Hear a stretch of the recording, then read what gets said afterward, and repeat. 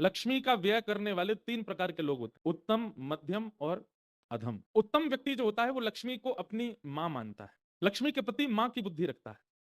मध्यम व्यक्ति जो है वो लक्ष्मी के प्रति पुत्री की भावना रखता है, ये मेरी पुत्री है। और अधम व्यक्ति जो होता है वो लक्ष्मी के प्रति पत्नी की भावना रखता है, ये मेरी है। लक्ष्मी का मतलब आप दूसरे वे में धन को ही समझा कीजिए।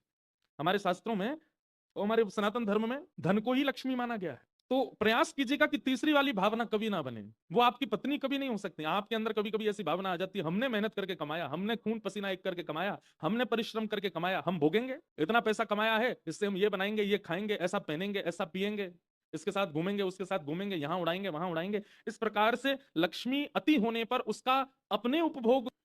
तो दूसरी स्थिति रखने वाला लक्ष्मी के प्रति जो व्यक्ति है उसको लक्ष्मी के प्रति पुत्री का भाव रखना चाहिए। और पुत्री जैसे ही बढ़े, मतलब धन बढ़े, घर में लगे कि अब हमारा व्यापार वर्धन हो रहा है, धन की आमदनी खूब हो रही है, तो अब धीरे धीरे उसका चिंता होनी चाहिए कि अब क्या करें। अधम व्यक्ति जो होगा वो तो भोगेगा, वो तो उससे खाएगा, कभी मांस खाएगा, कभी मदिरा पिएगा, कभी परिस्त्री संग करेगा, कभी कहीं जाएगा, कभी कुछ करेगा।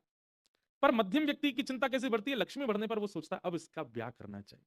और ब्याह कैसे होता है लक्ष्मी का, आप तीर्थ में जाते हैं तो कोल्हापुर से तीर्थ तक जाने में जो आपका धन व्यय होता है वो आपकी लक्ष्मी का ब्याह हो रहा है ठाकुर जी से। तीर्थ में जाकर के जो आप दान कर रहे हो, जो आप पुण्य कर रहे हो, जो ब्राह्मणों की सेवा कर रहे हो, संतों की सेवा कर रहे हो, असहाय बालकों की शिक्षा की सेवा कर रहे हो, असहाय बहनों के ब्याह की सेवा कर रहे हो, वृद्धाश्रम में अनाथालय में जाकर के उन जीवों की सेवा कर रहे हो, ये सब क्या है, लक्ष्मी का नारायण से विवाह।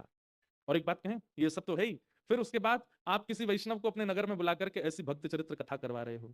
इसमें जो भी व्यय हो रहा है, कथाएं हो रही हैं, सत्संग हो रहा है, यज्ञ हो रहा है, अनुष्ठान हो रहा है, घर में कोई पूजा हो रही है, ठाकुर जी का घर में उत्सव हो रहा है, फूल बंगले बन रहे हैं, सुंदर फुवारे लगाए जा रहे हैं, ठाकुर जी का नौका विहार मनोरथ हो रहा है, ये जहां कहीं भी ठाकुर जी के लिए आप लक्ष्मी का व्यय करते हो वो सब लक्ष्मी का ठाकुर जी से ब्याह है। ये मध्यम। और उत्तम व्यक्ति जो होता है, थोड़ी सी वो हुई है आगे पीछे, उत्तम व्यक्ति जो है वो पुत्री मानता है, मध्यम व्यक्ति जो है वो मां मानता है। तो अभी जब हमने बात सुनी, ये उत्तम व्यक्ति का लक्षण है। उत्तम व्यक्ति पुत्री मान करके बढ़ने पर ब्याह करता है। मध्यम क्या करता है, मध्यम व्यक्ति मां मानता है।